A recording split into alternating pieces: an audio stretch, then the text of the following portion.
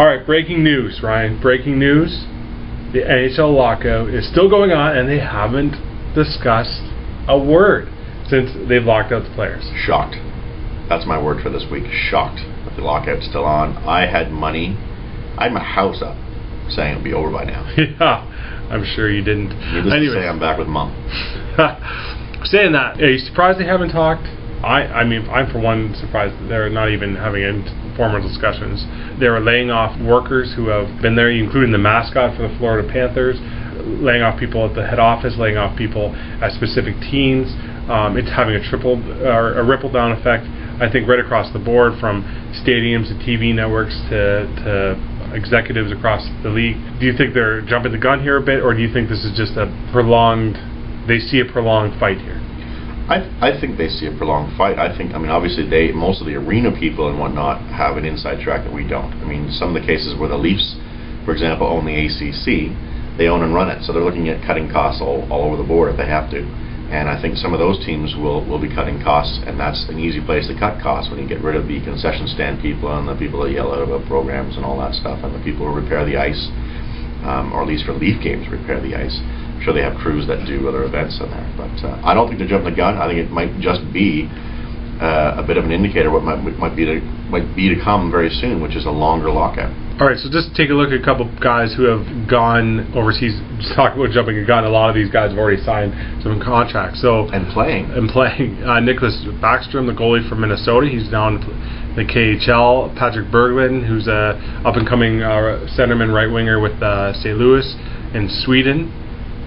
Yeah, you've got Logan Couture, Pavel Datsyuk, all kinds of players are running over there. Christian Ehrhoff, Ruslan Fedotenko, and recently we've had Jason Spezza's just gone. Yager's already over there. There's actually several great lines or teams even by now of players playing in Europe that were NHL players. Yeah, so I mean right now we're looking at Bruce Galloff signed with the KHL. Couture's going to the Swiss Elite League. That's where Spezza's going. That's where Nash is going. That's where Thornton's going. That is one thing that I'm surprised at is the amount of players going to the Swiss League.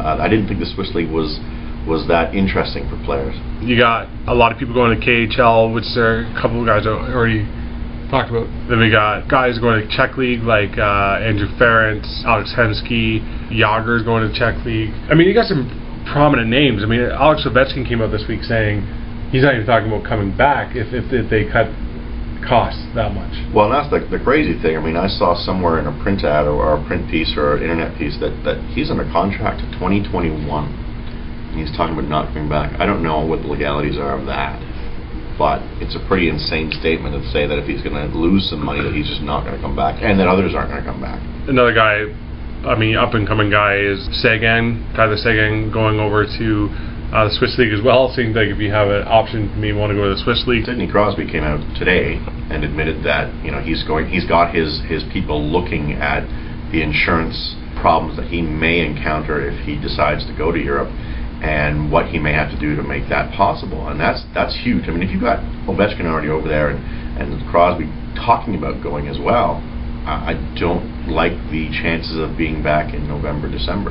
The AHL also has a lot of big-time players, but they're all younger. Jordan Eberle, Jake Gardiner from the Leafs, Travis Hamonic with the Islanders, Cody Hodgson, Buffalo Sabres.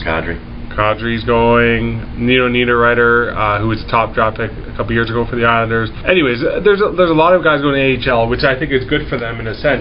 They're all younger players, clearly, but players there, the prospects in the development for other teams are going to do well there as well, based upon the fact that better players are playing in the AHL to begin the season.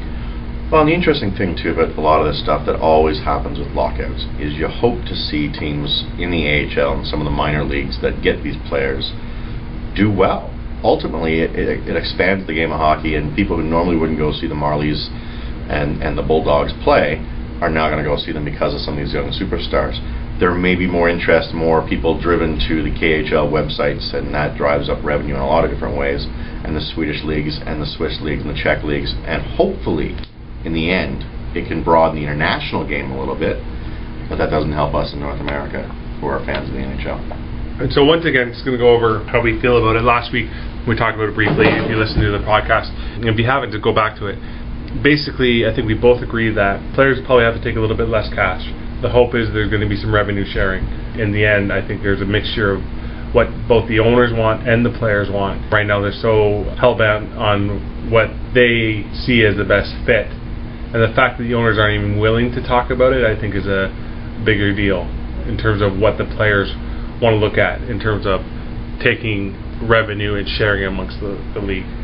Exactly, and I think we're still in that stage where one side's waiting for the other side to flinch. And I think they're both coming out with their chest pumped out, waiting to see what the other side will do. And I think that's the unfortunate side of things, because we are seeing layoffs. We are seeing people losing jobs. They're playing with people's livelihoods by not negotiating, by not working their ass off to get this thing going. And right now, it's a bunch of billionaires playing with a bunch of millionaires, and people are losing jobs in a bad economy south of the border. And this is just not looking good on either side. So hopefully next week, by the time we do the show again, there's a little bit more to update. But I would suggest right now, the fact that the league has canceled all the exhibition games up to September 30th to this point, it's not looking great.